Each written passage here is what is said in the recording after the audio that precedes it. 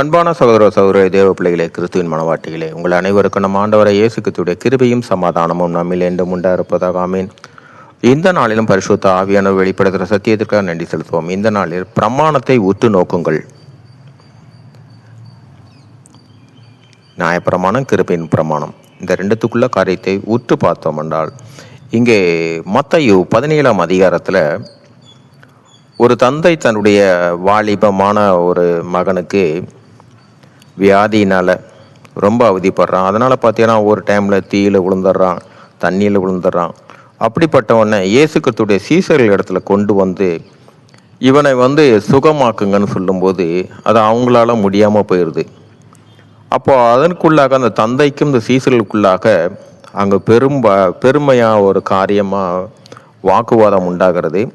அப்போ இயேசு கிறிஸ்து அந்த இடத்துல என்ன காரியம் போது அந்த தந்தை சொல்கிறாரு, இந்த மாதிரி என் மகனுக்கு வியாதிகளாக இருக்கிறான், அசுத்தாவி பிடிச்சவனாக இருக்கிறான், அதை உங்கள் சீசல்கிட்ட கொண்டு வந்தால் அவங்களால சுகமாக்க முடியலன்னு. அப்போ இயேசு கிறிஸ்து என்ன சொல்கிறாருன்னா 18ஆம் வசனம், மத்தேயு 17ஆம் அதிகாரம் 18ஆம் வசனம், இயேசு பிசாசை அதட்டினார், உடனே அது அவனை விட்டு புறப்பட்டது, அந்நேரமே அந்த இளைஞன் சுத்தமானான். இங்கே பார்த்தீங்கன்னா அங்கு பிசாசு சீசர்களுக்கு கீழ்ப்படியில.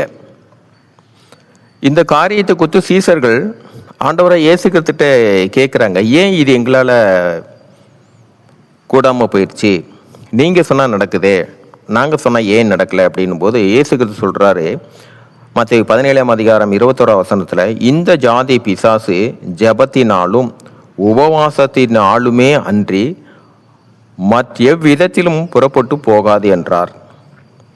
இந்த காரியத்தை பார்த்தீங்கன்னா ஏன் சகல அதிகாரமும் அவருக்கு கொடுத்திருந்தார், சகலத்தையும் மேற்கொள்ளக்கூடிய அதிகாரத்தை ஆண்டவராய் இயேசு கிறிஸ்து அவர்களுக்கு கொடுத்திருந்தார். அப்படி என்றால் ஏன் இந்த பிசாசு இந்த 12 அப்போஸ்தலருக்கு கீழ்ப்படியில? சரி, இந்த காரியத்துக்காக இதை குறித்து காண்போம் என்றால், அதே அப்போஸ்தலர் அதிகாரம் 19ஆம் அதிகாரத்தில் இங்கே வார்த்தையை பார்த்தீங்கன்னா, இயேசு கிறிஸ்து பவுலை பார்த்தீங்கன்னா பவுலை கொண்டு அநேக விசேஷமான அற்புதங்களை செய்யும்படியாக பவுலை எடுத்து பயன்படுத்தி கொண்டிருக்கிறார். அப்பொழுது பவுல் இயேசு கிறிஸ்து நாமத்தினால அநேக காரியங்களை, பிசாசுகளை விரட்டுறது, எல்லா காரியமும் இருக்கும்போது இதையெல்லாம்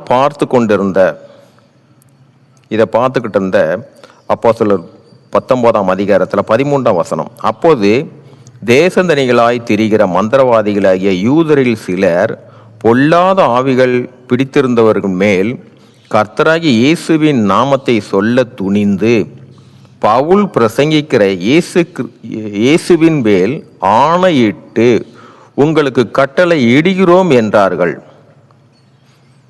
இயேசு கிறிஸ்து நாமத்தை துணிந்து. இங்கே 14ஆம் வசனம், அப்படி பிரதான ஆசாரியன் அவருடைய குமாரர்கள் 7 பேர் இந்த காரியத்தை செய்தாங்க. அப்போ 15ஆம் வசனத்தில் பார்த்தீங்கன்னா, இந்த பொல்லாத ஆவி அவர்களை நோக்கி, இயேசுவையும் அறிவேன் பவுலையும் அறிவேன், நீங்கள் யார் என்று சொல்லி. அந்த பொல்லாத ஆவிங்க பார்த்தீங்கன்னா 16ஆம் வசனத்தில் அவங்கள சகலத்திலையும் அவங்களுடைய எல்லார் மேலேயும் பாய்ந்து அவர்களை பலாத்காரம் பண்ணி நிர்வாணியிலுமா ஆக்கி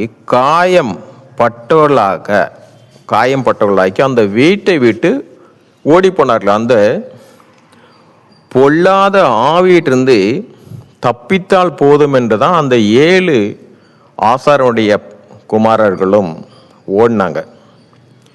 இந்த காரியத்தில் பார்த்தீங்கன்னா இங்கே சொல்லப்படுறது, இயேசுவையும் அறிவோம் பவுலையும் அறிவோம். அப்ப இந்த அசுத்த ஆவிகள் பவுலை மேற்கொள்ள முடியல, பவுலை எதிர்கொள்ளவே முடியல எல்லா காரியத்துல இருந்து. ஆனா இங்க பவுலை இந்த அசுத்த ஆவிகள் மேற்கொள்ள முடியாம இருக்கிறாங்க. ஆனா அங்கே அந்த 12 அப்போஸ்தலருக்கு கீழ்ப்படியாம இருக்கிறாங்க. இவங்க எதிர்க்க முடியல, அங்க கீழ்ப்படியல. ஆனால் பவுலுக்கு கீழ்ப்படியுதுங்க, எதிர்க்க முடியல. இந்த ரெண்டுத்துக்குள்ள காரியம் பார்த்தீங்களா? ஏன் அவங்களுக்கு அங்கே கீழ்ப்படியில, இங்கே அதே அசுத்தாவே உங்களுக்கு எதிர்க்க முடியல பவுலை. இந்த ரெண்டுத்துக்குள்ள காரியம் பிரமாணங்கள். இப்ப இந்த காரியத்துல பார்த்தீங்கன்னா பவுல் என்ன சொல்றாருன்னா, கலாத்தியர் 2ஆம் அதிகாரத்துல 7வது வசனம், இங்கே பவுல் சொல்லுகிறார், அதுவும் அல்லாமல் விருத்த சேதனம் உள்ளவர்களுக்கு அப்போஸ்தலனாய் இருக்கும்படி பேதுருவை பலப்படுத்தினவர், புறஜாதிகளுக்கு அப்போஸ்தலனாய் இருக்கும்படி என்னையும் பலப்படுத்தினபடியால். அப்போ தேவன் பட்சபாதம் உள்ளவரா? ஒருவருக்கு உதவியும் ஒருவருக்கு பலனையும் கொடுக்கிறோம், ஒருவர் அசட்டை பண்ணி ஒருவர் பலத்தை கொடுக்கிறவரா? அல்ல. நியாயப்பிரமாணத்துக்குள்ள ஒரு காரியத்தில் பார்த்தீங்கன்னா கண்டு விசுவாசிப்பது. இங்கே அப்போஸ்தலர்கள் 12 அப்போஸ்தலர்கள் இயேசு கிறிஸ்துவை அறிந்தார்கள், அவர் கூடயே இருந்த சகல காரியத்தையும் அறிந்தார்கள்.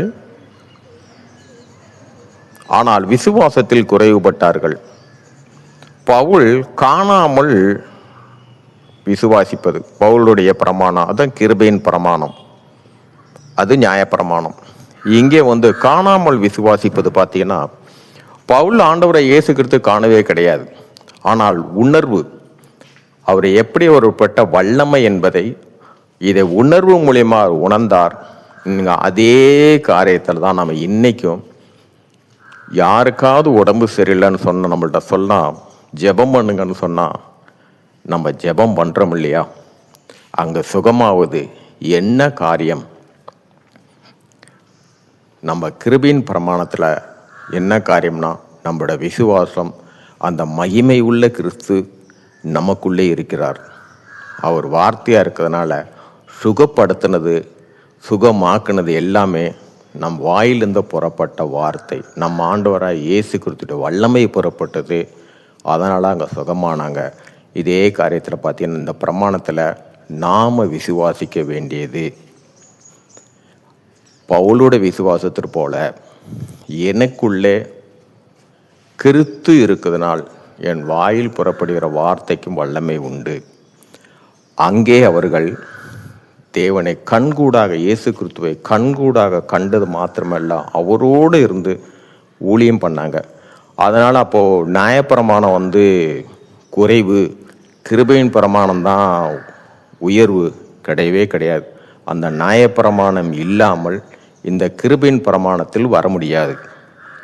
ஏன்னா அடிப்படை நியாயப்பிரமாணம். அதே நியாயப்பிரமாணத்தில் நம்முடைய பவுலும் இருந்தார். அந்த பவுலும் அந்த நியாயப்பிரமாணத்தில்தான் அறிந்தவர் தான். அதே பவுல் தான் கிருபையின் பிரமாணமாக கிறிஸ்துவை ஏற்றுக்கொண்டு விசுவாசிப்பது. அதே போலதான் அந்த 12 அப்போஸ்தலர்களும் அநேக அற்புதங்களை அறிந்தார்கள். எப்பொழுது? கிறிஸ்து உயிர்த்தெழுந்த பின்பு. அந்த உயிர்த்தெழுந்த கிறிஸ்துவை விசுவாசிக்கும் போதும் நம்முடைய கிரிகைகள் என்னவா இருக்குன்னா, அவர் எனக்குள்ளே இருக்கிறார், என்னில் இருக்கிற எல்லா காரியமும் அவருக்குடையது. இப்படி நாம் விசுவாசித்து அந்த விசுவாசத்தின்படியே நாம் இருக்கும்போது சகலமும் நடப்பிக்கிற நம் கிறிஸ்து, நாம் அல்ல, நமக்குள்ளே வாசம் செய்கிறவர், அவரே நடத்துகிறதுனால அந்த விசுவாசத்தின்படியே பிரமாணத்தில் உற்று நோக்கும்போது இந்த காரியத்தில் நாம் எல்லோரும் காணாத அந்த கிறிஸ்துவை நாம் விசுவாசிக்கிறோம். அதில் தான் நாம் நிலை நிற்கிறோம். அந்த விசுவாசத்தோடு நாம் நிலை நிற்கும்போது சகலமும் ஜெயமே. ஆமேன். இந்த நாளின் பரிசுத்தாவை வெளிப்படுத்துகிற சத்தியத்துக்காக நன்றி செலுத்துவோம். இந்த காரியத்தின் மூலம் எல்லாவற்றிலும் மூவரிலும் ஒருவராக இருக்க தேவனே, உங்களுடைய நாமத்துக்கே மகிமை உண்டாவதாக. ஆமேன்.